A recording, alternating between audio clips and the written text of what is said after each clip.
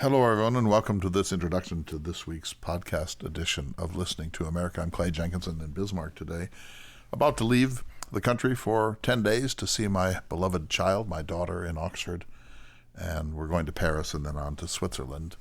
I'm celebrating a birthday, a big one, and she has finished her doctoral work. She's now doing a 3-year postdoc as a research fellow at Pembroke College, University of Oxford. This program is with Dr. Lindsay Chervinsky. We squabble quite a bit, but it's actually mostly just for fun. She's less committed to Mr. Jefferson than I am. She's quite hard on Mr. Jefferson, I think, unnecessarily hard. And at the end of the program, I do actually say that one of my goals is to convert her to a certain extent into a more generous attitude towards TJ. I think that he's a world historically important person, this great exemplar of the Enlightenment, a man with perfect penmanship and one of the greatest libraries ever gathered, and that you can't just toss Jefferson out because he's sometimes inconsistent or paradoxical, and of course the issue of slavery and his dispossession of indigenous peoples, or his beginnings of a policy that would dispossess indigenous peoples in a much more ruthless way under the hands of someone like Andrew Jackson. So we talk about that, but mostly in this discussion with Lindsay, we talk about two things. One is this is why this is such an important program, and I really hope you will listen to it carefully. Urge your friends to listen to it, because what I wanted to ask her was, how does a historian clarify what's going on at the moment without simply bloviating or being opinionated or just running one's politics through the historical framework?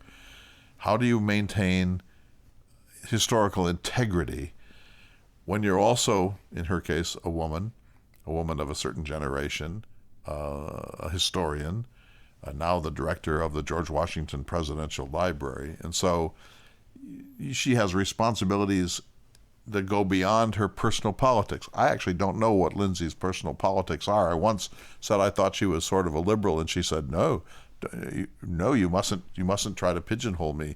I'm rigorously independent, and I believe that's true. And so how then does she, when she's asked on major media or at a conference or in any kind of discussion she might be in as a public figure, how does she help us think about this? And if you listen to this program with any frequency, you know that I'm always trying to recenter the conversation to make sure that there's a centrist point of view, that I try to be the devil's advocate when I think someone has gone too far in one direction or the other. And I'm sure I fail at this at times, maybe often, but I try very hard to stay in the conversation. So when people say, I've got critics who say, why are you being so... there's no moral equivalency between the left and the right, and between MSNBC and Fox and so on. Why do you always, I get a lot of that. And some of my friends are really hard on me about this and say, come on, just say what you feel. But I don't think that's the spirit of the thing. My great mentor, Everett Albers, always said, judgment is easy, understanding is hard. Judgment is easy, understanding is hard. And what we need is understanding and clarity and contextualization. We don't need yet another commentator opinionating for a broad audience.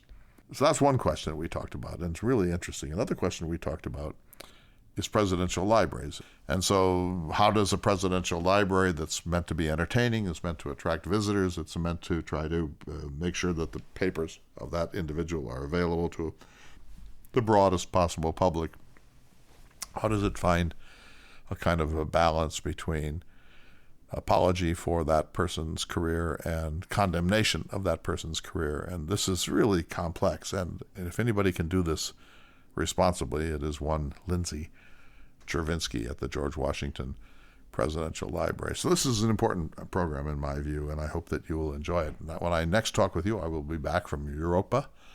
I'm hoping to go to CERN, the great accelerator, the atomic accelerator in Switzerland. I'm going to Sainte-Chapelle in Paris, the most beautiful stained glass array in the world. My daughter and I are going to drink a glass of champagne on the top of the Eiffel Tower. I'm glad you're around to help. If you can help us with funds, please do. The book club is coming. The details are now live on site. So we've chosen the first 4 books, so please join at that level. We also have the Friends group that's the replacement of the 1776 Club. I'm working hard now on the Lewis and Clark journey, which begins on about April 25th. It's going to be a very busy time, and I'm going to Cuba shortly, and Russ Eagle and I will be doing several programs from Cuba, so stay tuned. It's all coming. It's an amazing time. I'm having the time of my life in so many ways, and the Airstream is just begging me to come and fetch it in North Carolina and get back out on the road. So it's so delightful to have you around. Please tell everyone you know. This program, Dr. Lindsay Chervinsky talking about how a historian maintains intellectual integrity in a difficult time, and also about presidential libraries. Let's go to the show. Hello, everyone, and welcome to this special edition of Listening to America. I'm Clay Jenkinson, and across from me is my friend Dr. Lindsay Chervinsky, a favorite of this program, back always by popular demand. Welcome, Lindsay. Thank you for having me back. Oh, so 2 big books, both of them well received. This one acclaimed. Your new job as the executive director of the George Washington Presidential Library. You travel the country. You've got a busy life. You have a dog that's quite demanding. I know from our previous Zoom meetings. It's great. It's great that you have the time for us, given all of that. So welcome. Thank you. Well, it's always a delight to speak with you. And if you didn't have such a lovely audience, it would be easier to bump it from my schedule. But they're so wonderful and so enthusiastic, and come and find me wherever I am, that it is hard to pass up the opportunity to talk to you and to them by extension.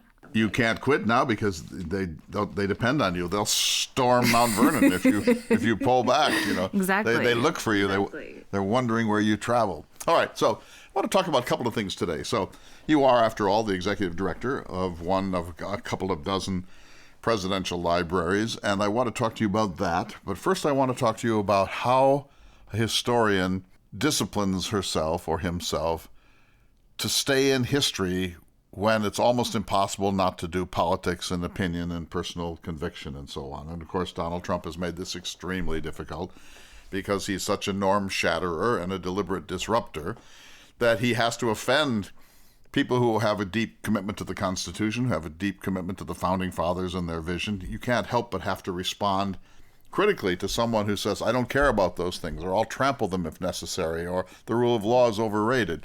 So we all get that.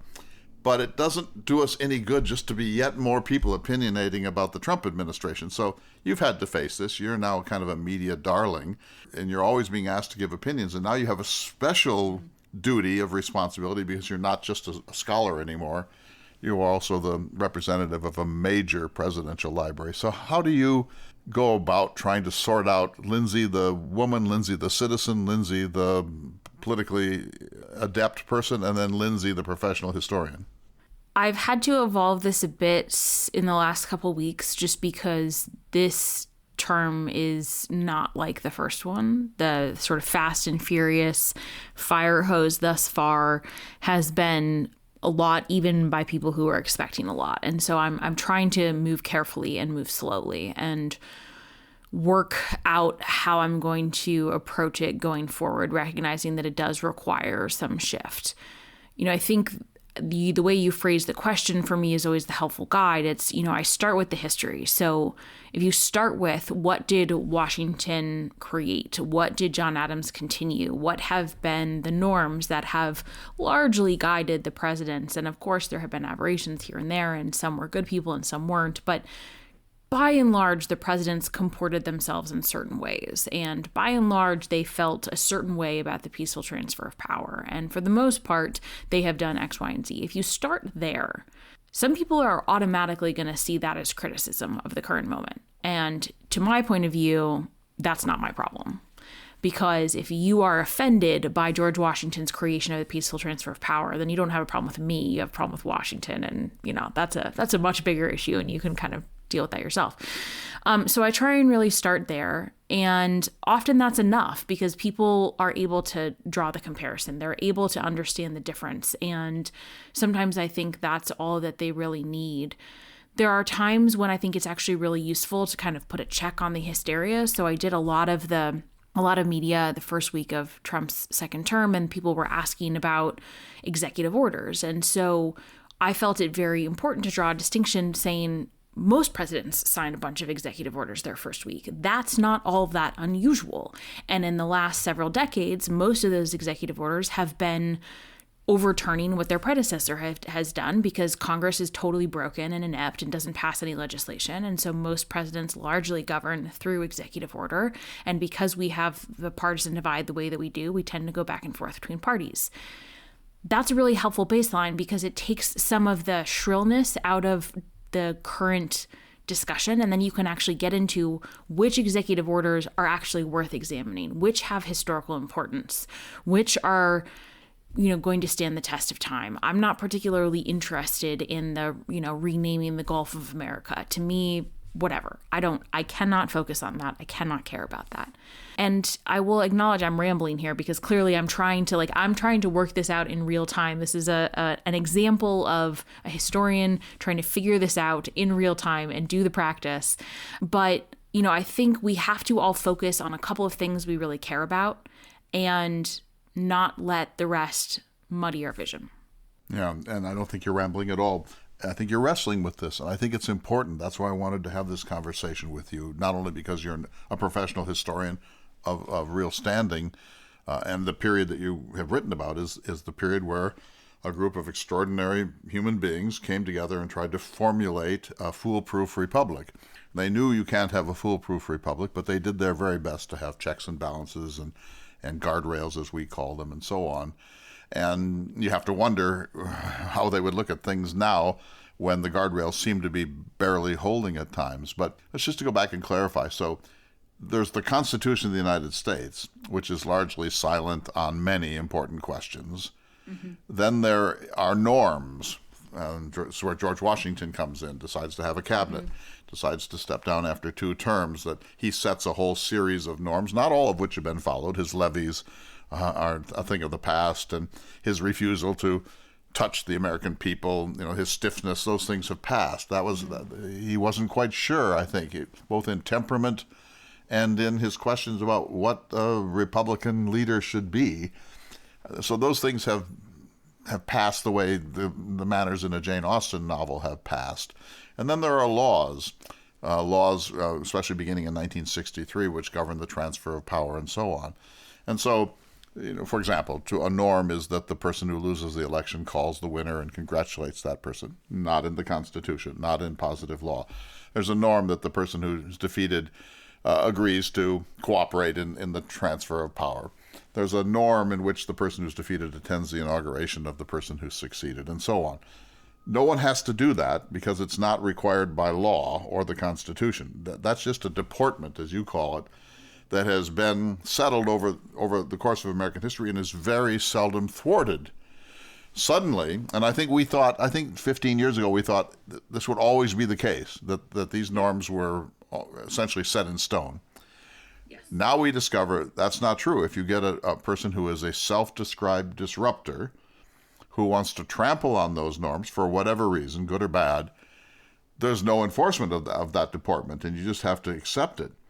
And so that's one part of this. And so what a historian can do, in my view, Lindsay, is provide clarity. You can say, look, sure, he should have attended his successors. He should have called. He should have conceded. He shouldn't say it was a stolen election.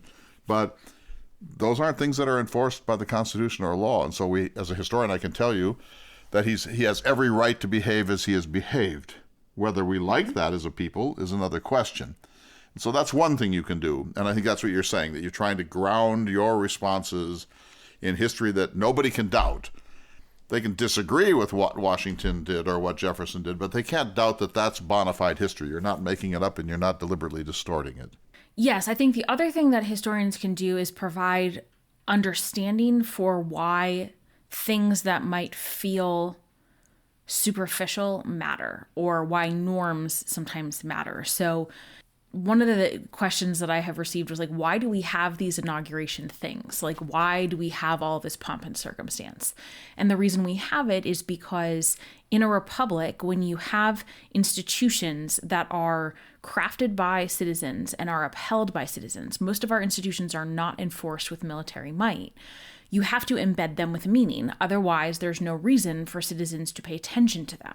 And so you have a lot of these customs around the transfer of power to instill the office with that power. It only exists if people are willing to recognize it. And sometimes the explanation behind those things is really important to understanding why they have to take place, why they're not just silly, why they're not antiquated notions, but instead have real tangible political power. Agreed, of course. And so I call these secular sacraments. But just as when someone gets married, you put on a dress and put on a tuxedo, you have best people, you go in front of a rabbi or a judge or a municipal officer, and you bring tradition and ritual to bear on something that deserves to have all the support that it can get, because we're celebrating marriage in this case, or baptism, etc. So there's that. So I think that that's the right answer to the people who say, why do we have all this rigmarole? The other thing is, Lindsay, that this is so important to remember, that succession in power is really difficult. The Roman emperors had this problem. So Augustus is the greatest of all the Roman emperors, the first. Then what? Then you have to have somebody else, and it wasn't going to their children. So then you have to have somebody else who has the support of the outgoing emperor, if he's still alive, or the support of the army, or the support of the Senate. And then you go to monarchy, which in hereditary monarchy doesn't really get started until the late Middle Ages, but there you have a solution. So Queen Elizabeth II was the monarch, then Charles is the monarch now, his son William will be the monarch, and so on. It's maybe not the best thing. Jefferson said, how do we know these children are worthy of being the king or the monarch? But it solves the problem of succession.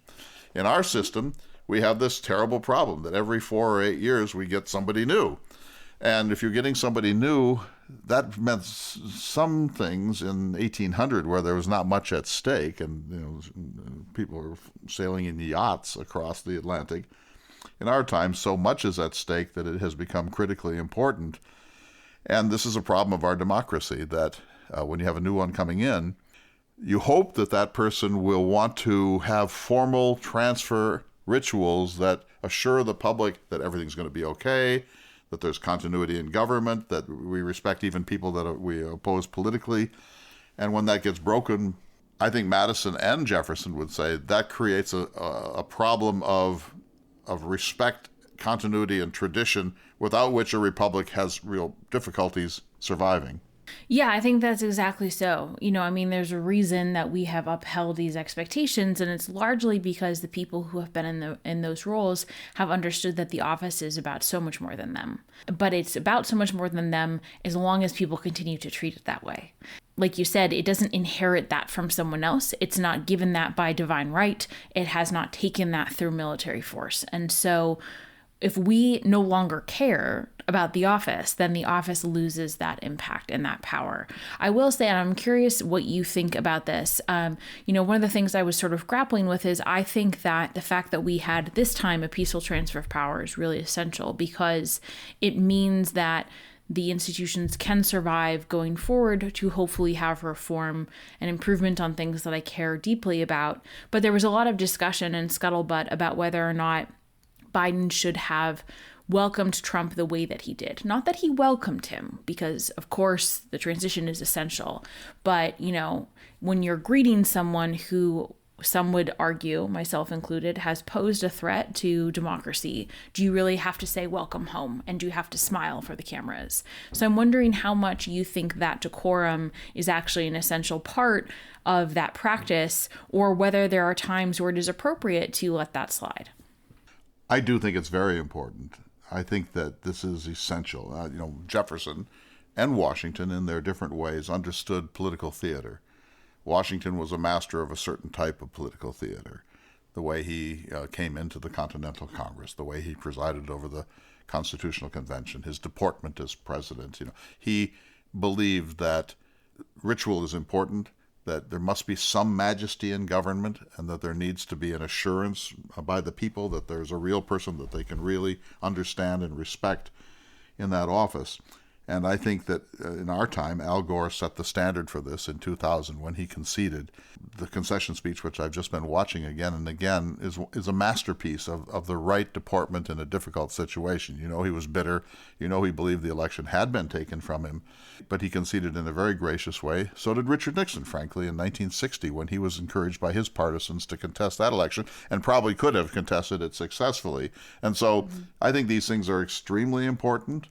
And I think that when they break down, as they now appeared to be breaking down, that's a crisis. And so even though I think that Donald Trump, from a founding father's point of view, is a very problematic president, let's put it that way, from their point of view, I'm glad that there was a peaceful transfer of power in 2024, because there wasn't in 2020. And what happened in the old Roman Republic, Lindsay, is that one strong man's army fought when he lost, and then the other person's army fought when they lost, and suddenly you're down to civil war and total chaos. So even though... I need to ask a follow-up question.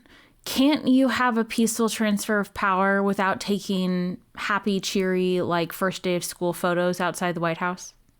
Yes, of course, of course you can. But I do disagree with you here. I think Joe Biden did exactly the right thing. I know why his partisans and anti-Trumpites were appalled by it, but I think he did exactly the right thing. I think Welcome Home just shows you the class of Joe Biden, that he's a fundamentally good and decent man, that he understands that way more is at stake than the current politics, that he realizes this is like the Donatist controversy back in the ancient world. It's not the presidential person, it's the presidential office that he was honoring in the way that he treated Trump. If he'd said, look, you scumbag, I know you're in and I'm out, I'll get out of the way, go ahead and get into the office. That's what he felt like saying, or he maybe felt like saying, I can't believe they reelected you, the worst person possible for the presidency of the United States, from Biden's point of view.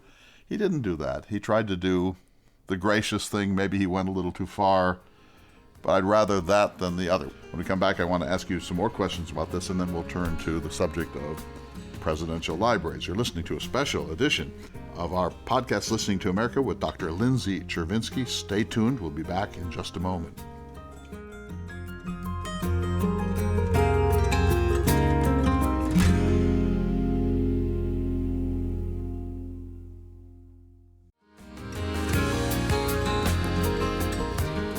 Welcome back, everyone. It's Clay Jenkins. I'm talking with Dr. Lindsay Chervinsky. Lindsay, so good to see you. It's been a little while. We're going to be appearing together live on stage twice this spring, once in Vail, Colorado in March, and then again in your part of the world in May. We've never been in the same room. I don't think we've ever been in the same zip code. But here we go. And, you know, I've been doing sparring every day. I've got my gloves. I've been putting on weighted ankles and running. I'm trying to make sure you don't KO me in the first round of these things. This is going to be fun. It will be great fun. I'm really looking forward to it. It's going to be so cool. And you know, you have fans everywhere now. And some of them are planning to drive to Vail. Amazing. And so we're trying to arrange kind of a meet and greet after our conversation together, because they will want to, you know, they don't give a darn about me, but they will want to bow in the face of the great Dr. You're setting the expectations very high. And for people who haven't met me in person, I feel like you're maybe setting them up for disappointment. No, not a bit. I've never seen you disappoint me or anybody else. I see you on media all the time. And I can tell you, when you're home in front of your little camera and someone from CBS or NBC is saying, Dr. Chervinsky, how should we respond to this? That's a tough gig, because you know every second counts. If you stumble at all or are vague, they're going to cut you off and not call you back. Here's the actually secret about this, which even makes it worse. When it's so much better when you can be in studio if you can. But a lot of the stations, when you're on Zoom, you often can't see the program. Right. So you can listen, but you can't see. And for those of you who haven't done this kind of work, you do not realize how much you depend on facial cues to see when someone is done with their question, which is why you often will get a pause when someone's on Zoom. That is by far the hardest part. And I do these things for Smithsonian and other entities where I can see me and I can see my host, but there are 200 people in the audience that I don't get to see. And if I can't see my audience, I'm lost. I can do it, but it gets very disconnected, and I'm anxious. If I can just see one or two people in the audience either nodding or like rolling their eyes, then I sort of know where I stand. So I get that. And of course, they're saying, Dr. Chervinsky, the host will be with you in 30 seconds. and then, oh, breaking news, that there's a hurricane. And then, so it'll be another 7 minutes. And then suddenly you're on. And it's like, oh, what do you think about this? Anyway, so Donald Trump is sui generis. He is unique in American history. We've had other populists like Andrew Jackson and so on. Yep.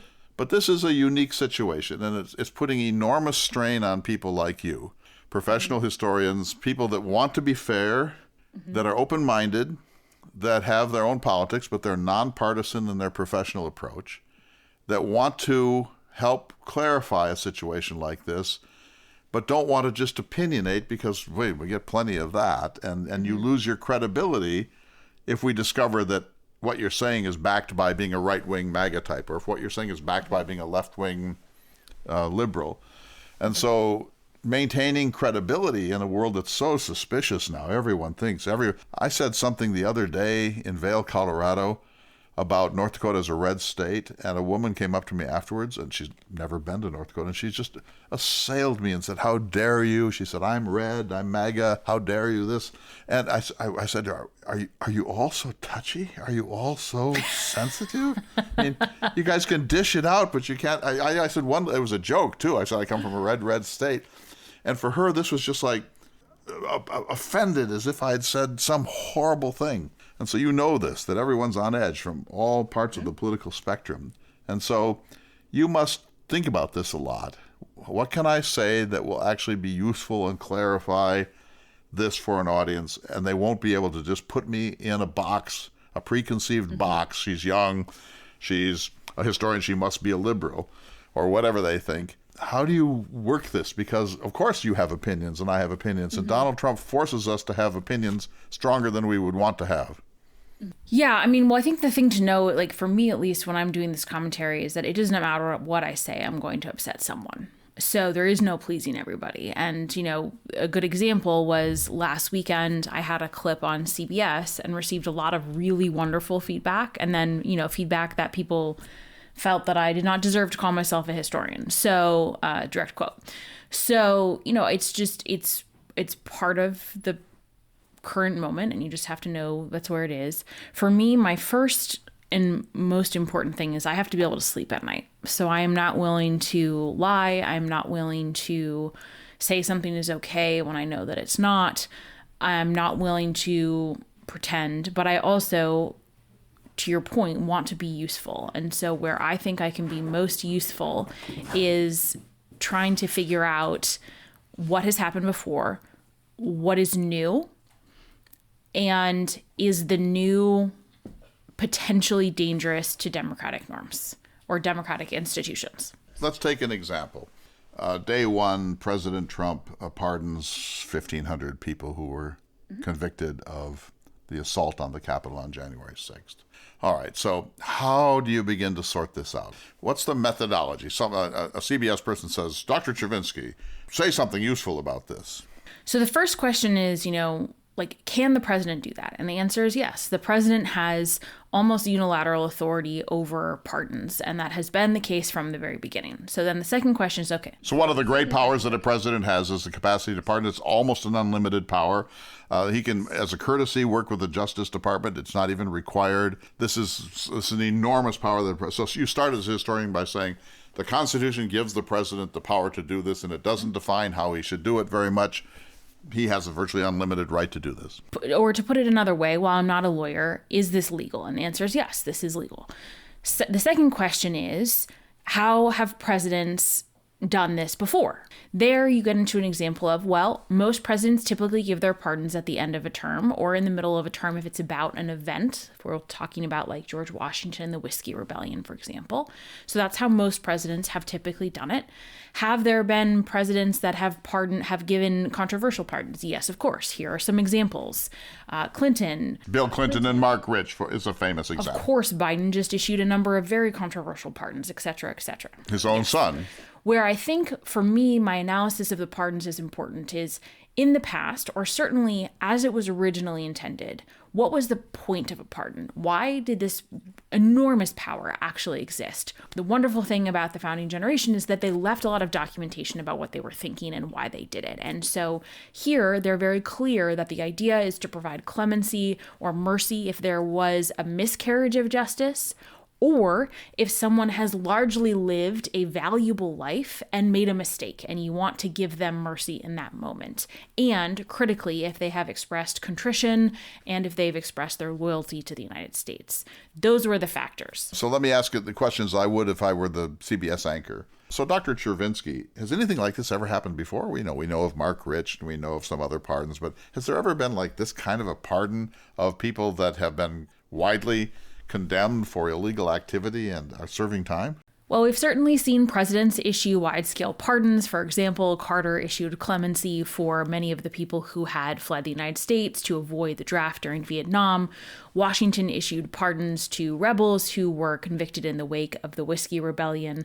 Where I think this moment is different is that in Washington's case, he only issued those pardons once it was clear that those individuals had expressed loyalty to the United States and contrition for their actions and had demonstrated that their life had largely been one of service and contribution before. So as a historian, you're saying, okay, so there's Vietnam, and Jimmy Carter did that. This one's a little different, and here's why I think it might be different.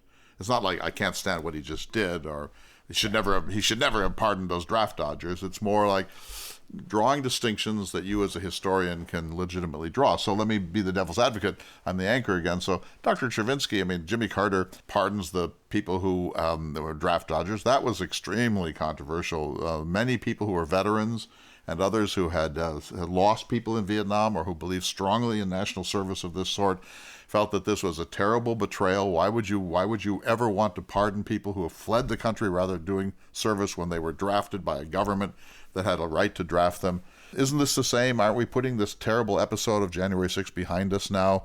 Irrespective of what they did, isn't it right to heal the country and move on and not let this continue to be an issue? To be sure, many of the pardons that Carter issued and other presidents have issued have been controversial. It's sort of the nature of a presidential pardon is that it's outside of the traditional judicial process. Where I think this is different from the Vietnam circumstance is that these were violent crimes that were convicted in the court of law.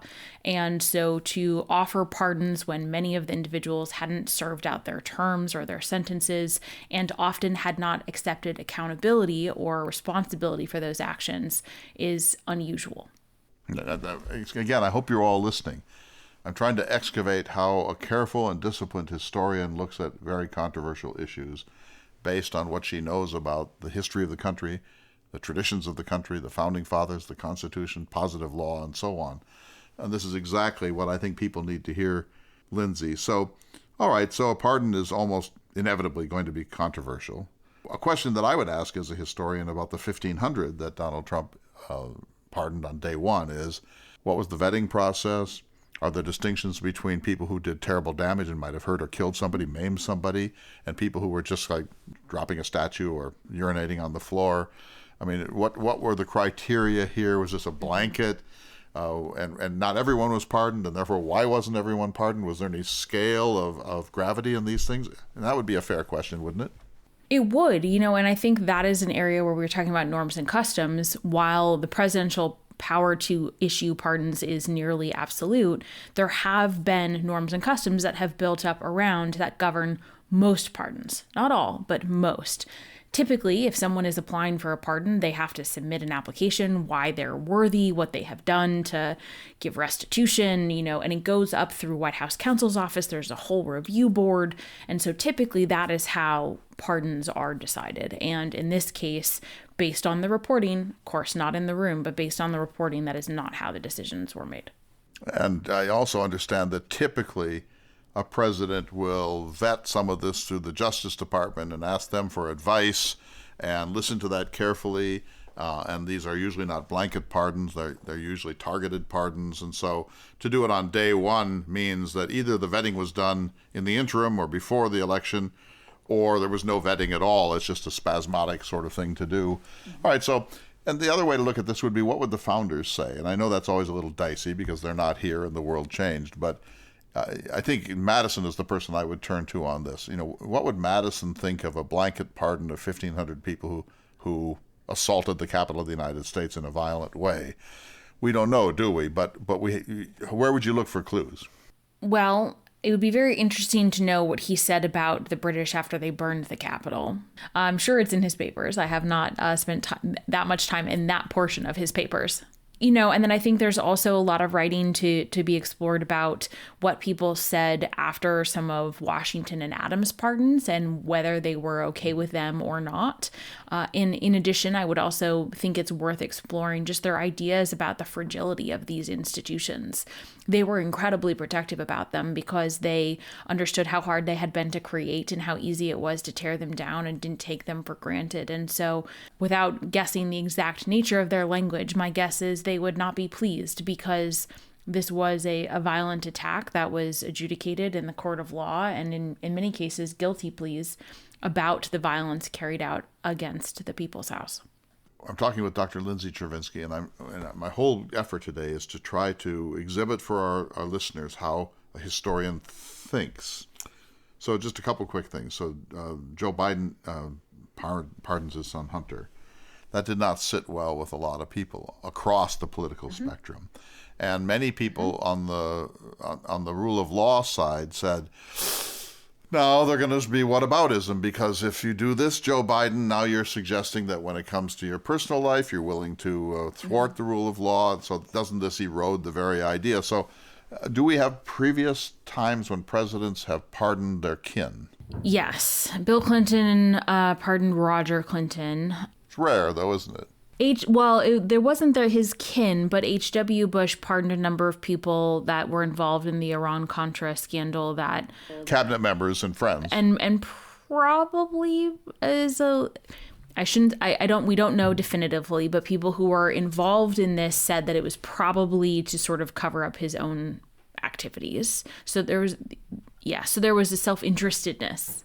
Yes. That was certainly the conventional wisdom at the time, that he was protecting himself by pardoning people who might be deposed in a way that would reflect very negatively on himself. Yes. And in the first Trump term, he pardoned those who did not cooperate in investigations against him, and he did not pardon those who did. So there was also a certain element of obstructing investigations through the pardon power that way. And again, perfectly legal unless it can be proved that it is an obstruction of justice. Even then, it's not really totally clear because it has not been actually explored in the courts or under the sort of current legal system. We know, so the only real restriction on the pardon power is about impeachment. Everything else is fuzzy and untested. Right, exactly. And so this is a power that the Founding Fathers granted for pretty specific purposes, mercy, essentially. And it's now been used in a much more political way. And in a bipartisan, both sides do bear blame in that corruption. Certainly, but the 1,500 may be the most controversial mass pardon in American history. Certainly it ranks with the Vietnam one. The only other one I would add to that would be Andrew Johnson's mass pardon of Confederates. Right, exactly. And again, as a general rule of thumb, if you're lumped in with Andrew Johnson, it's not a good sign. James Buchanan or Andrew Johnson, you don't want to be in either one of those camps. So, all right. So, last question about all of this. Again, how a historian works. So, you hear it today all the time, especially with the current Supreme Court. What did the founders intend? What did the founders have in mind? So you go to the Constitution, it's under 5,000 words. It's under 4,250 words or something like that. Very brief, doesn't go into a lot of detail on much. So there are lots of things that have to get worked out. Thank goodness George Washington was not a disruptor, but he was an institutionalist who created permanent habits and norms that we all continue to count on today. But and that has been followed, as we said, until very recently. But if you say, well, what did the founders intend? And it's not in the Constitution. The second place you go to is the minutes. And good old James Madison was obsessive compulsive, and he took down essentially a verbatim transcript, which he then kept until they were all gone. He was smart. He was a man of extraordinary decorum, although the more you read about it recently, the more he tampered with that document later in his retirement. After that, you go to the Federalist Papers. And so even though the Federalist Papers are propaganda written by Madison and particularly Hamilton and to a certain small extent by John Jay, they are the case that they made to explicate this brief document. And then you have letters and memoirs, right? So there's an enormous paper trail. If you want to get at what did the Founding Fathers think about pardon, and I know this isn't a subject of your particular research, but if I gave you 3 weeks, you could go find out everything probably that there is to know about what they said about this, right?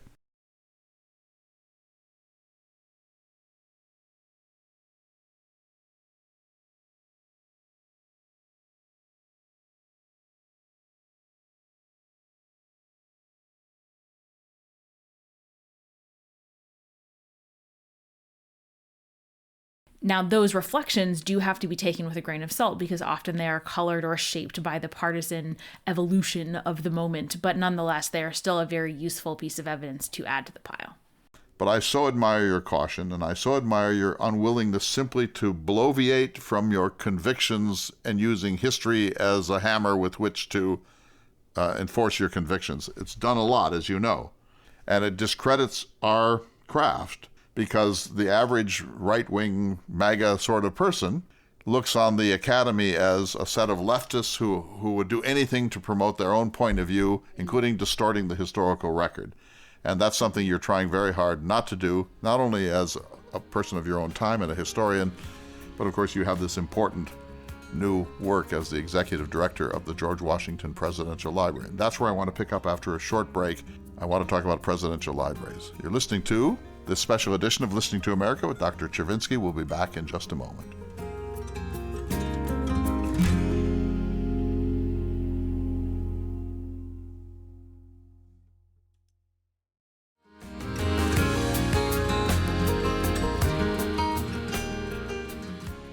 Welcome back to this special edition of Listening to America. I'm talking with Dr. Lindsay Chervinsky. We share a couple of things here, Lindsay. I've been involved in the creation of a presidential library, at least at the very beginning, here in North Dakota, the Theodore Roosevelt. You now, and I think everybody knows, are the executive director of the George Washington Presidential Library. And you are a new generation of historian looking at this. I've been to about 7 of them. How many have you had a chance to be at yet? Not that many, actually. I will say I've actually been at the Eisenhower, and despite maybe Abilene not being everyone's top destination choice, the museum itself is spectacular.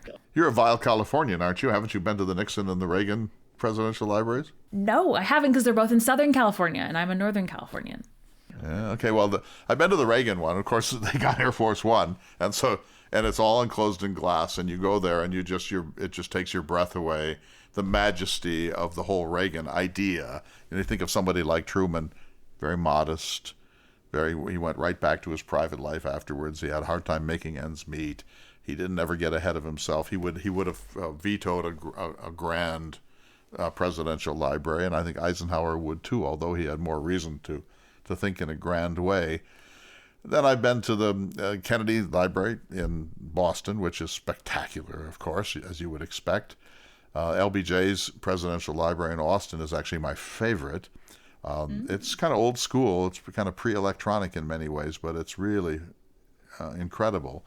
So anyway, not to get lost there, but I'm sure you will go on a tour of all of them at some point, and there must be conferences and so on.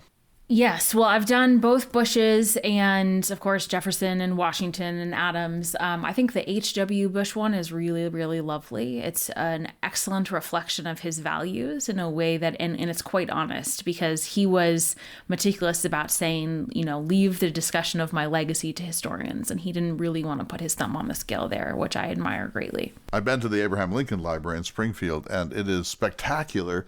It's more at the Disney end. I mean, it's very heavy on recreated rooms and automata and so on. It's fascinating, very high tech. What I've discovered, and I don't know how you feel about this there, but the ones that go into heavy electronic gizmos interest me less than the ones that are kind of old style, because I think the electronic kiosks often are down for repair. I was at the Truman Library, and they have a couple of these very electronic places, and a school group was coming through. It was fun to watch, Lindsay, because they would just go to the electronic things and play them like a computer game for 5 minutes, get bored, and move on. But at no point were they thinking, I wonder how he decided that question of the atomic bomb. In other words, they were attracted to the fact that it's tech, but it wasn't necessarily doing anything for them. And from their point of view, as young people who love tech, that tech's always going to be a generation behind their interests. And so I like particularly the non-electronic exhibits. What are your plans or your general visions for the GW Library? Yeah, so well, a couple of things. I should specify that the Washington Library is not a part of the archival system. The archival system, the first in that. Oh, I've also been to the FDR, of course, which was the first. I'm actually, now that I'm saying that, I think I've been to 9. That's more than I gave myself credit for. That's a lot. That's half. The FDR library was the first as part of the archival system, and then other ones that are a part of it that were before FDR have been backfilled. And so the Washington, the Jefferson, the Adams, those are all not part of the archival system, et cetera, et cetera. Wilson now, Theodore Roosevelt. So there's kind of backfilling to a certain degree. Yes, but not all. And the George Washington Presidential Library is under the umbrella of the Mount Vernon Ladies Association. We are private. We have always been. We've never taken any federal or state funding. And the library itself is across the street from Mount Vernon. We have on the estate proper, there is a large museum and an education center, which will have a brand new exhibit in the spring of 2026. And so the library itself is really about the scholarship. It's about the archives. It's about the collections. It is a place where we have lots of programming and leadership training based on a historic model. We have an incredible suite that's sort of our vault space for that type of material, but it is less focused on children. It's much more of an adult space, and it feels like it. I am eager the library has only been around for 11 years, which is phenomenal, because in 1797, Washington was writing about creating a house for his papers, and they just couldn't quite get to it before he died. So in 2013, the library opened and spent the first decade really doing an incredible job of establishing a foundation of that scholarship and what it means to be that library.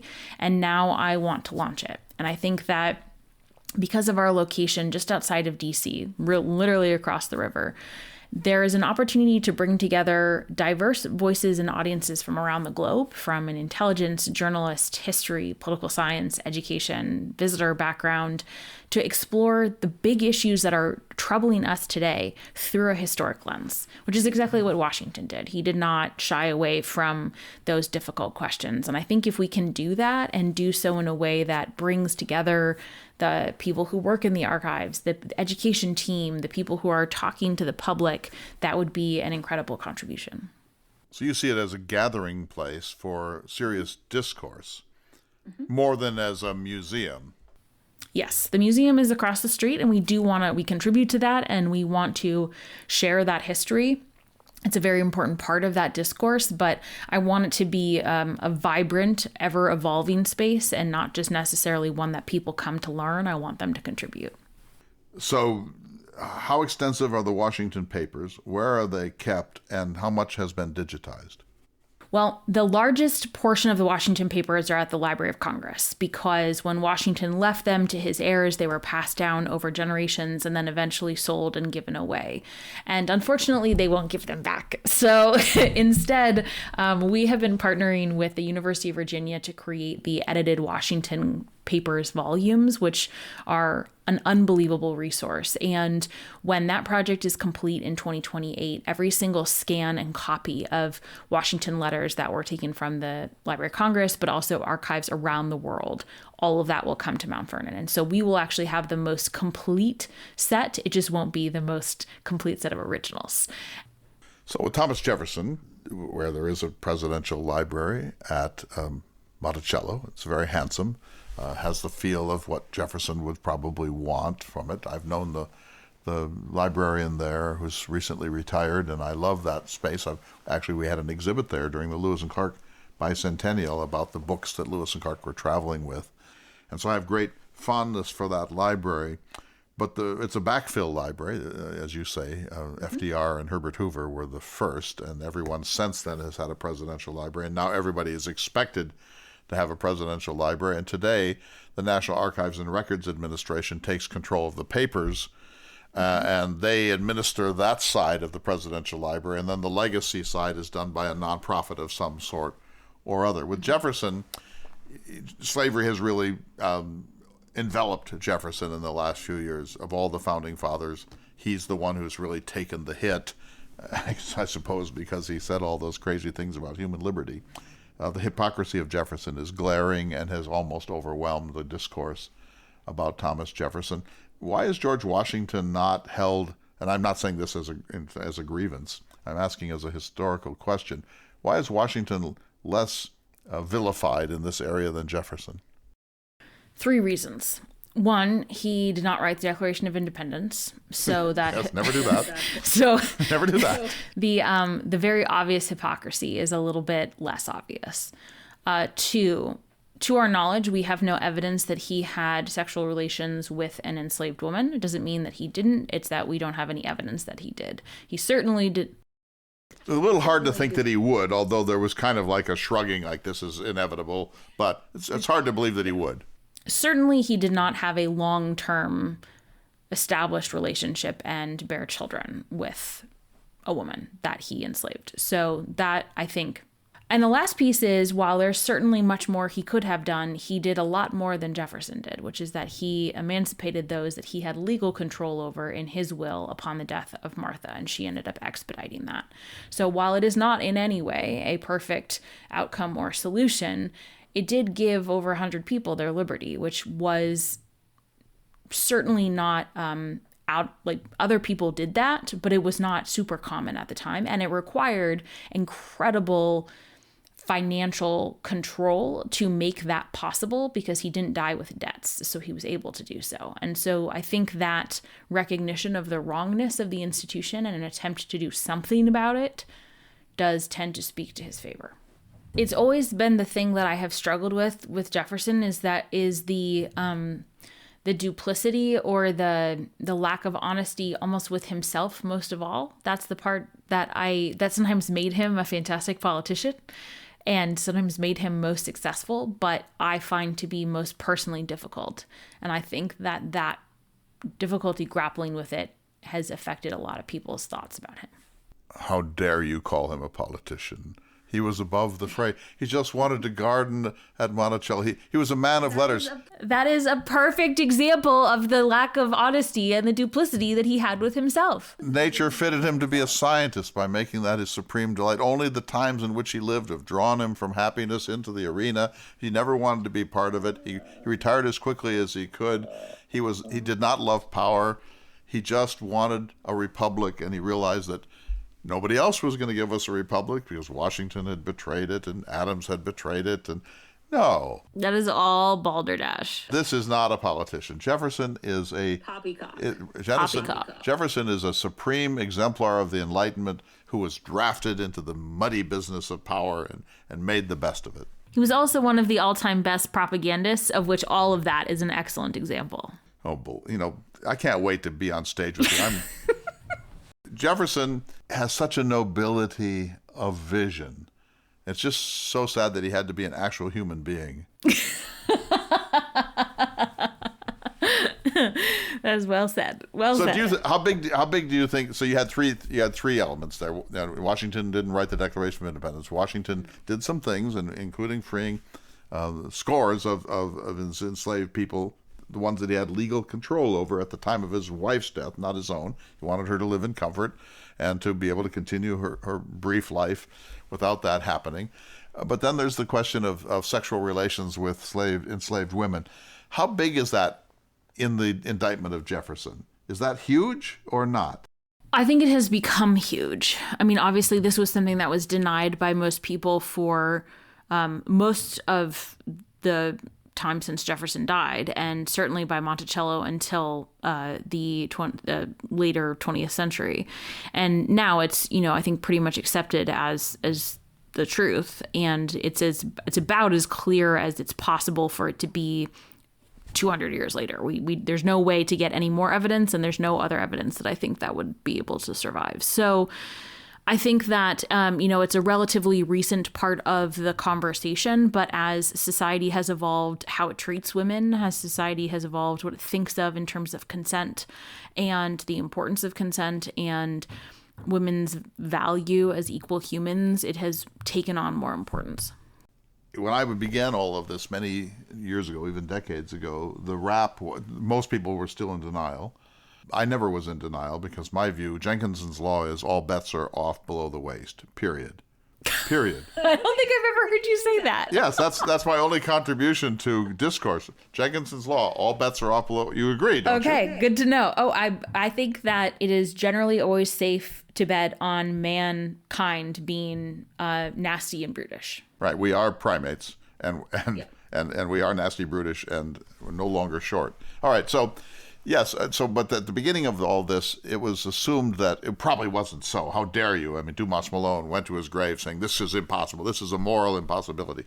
Those who accepted that this might be possible in that time said, well, they were star-crossed lovers. They were in love across these racial boundaries and across this property business, but they had a genuine 34-year romance, and we should try to be generous about that. At the other end of the spectrum, more recently, it's just regarded as rape, that the power differential was so great that she did not have agency or might not have had agency, and even if she did, he's clearly behaving in a way that is exploitative, etc. So I don't know where I am between all of that, Lindsay, but none of it is good, right? I mean, it's impossible to believe in the star-crossed lovers trope anymore. It's impossible to fully discuss because it is an icky subject, and it's not, even under the best circumstances, there's still an ick factor if you just look at the age differential and the power differential. So as a starting point, that's difficult. But I think saying it's either one or the other is sort of naive, and I certainly think the idea that she didn't have any agency is actually denying of humanity in a way that is inappropriate. Right, so then figuring out, okay, and by agency we mean her capacity to make choices in a world, her dignity, her own sovereignty as a human being. That raises some very difficult historiographical questions, doesn't it? Because what does agency look like in that situation? It's just one of those really complex situations. Well, you often will make a reference to Jane Austen to help us understand sort of the morals and etiquettes of the moment. And I think there's a parallel here that's very imperfect, but bear with me, which is that when women of poor circumstances are talking about marriage in the early 1800s or late 1790s, they're often talking about choosing between a set of bad decisions. And sometimes what they're looking for is comfort in a marriage, someone to take care of them. Yes. And of course, white women in that age were not choosing between enslavement and freedom. They were choosing between, stability and comfort and not having money, not having a home to live in. The same sort of imperfect choices can be applied, I think, in this instance, which is that there was no good outcome for Sally Hemings here. No perfect outcome, I should say. But instead, it was choosing between choices that were going to have pros and cons. And that means that there were choices, that there were things that she could do to shape and to influence. And I think it's essential to honor those things because it acknowledges that this was actually a human. This was not someone who didn't, who lacked sentient thought. This was a human, and we have to honor those choices as a way to not erase the humanity. I want to take it back to presidential libraries as we close. We're about out of time.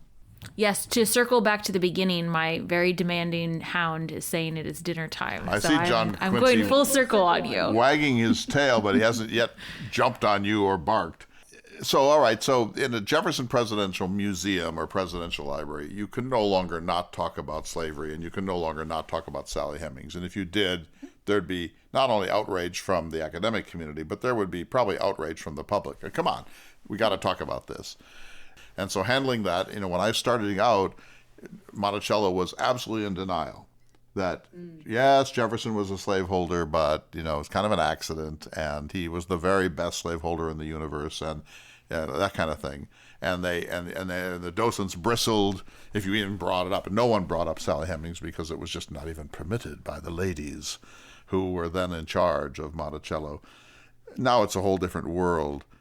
No presidential library is fixed, is it?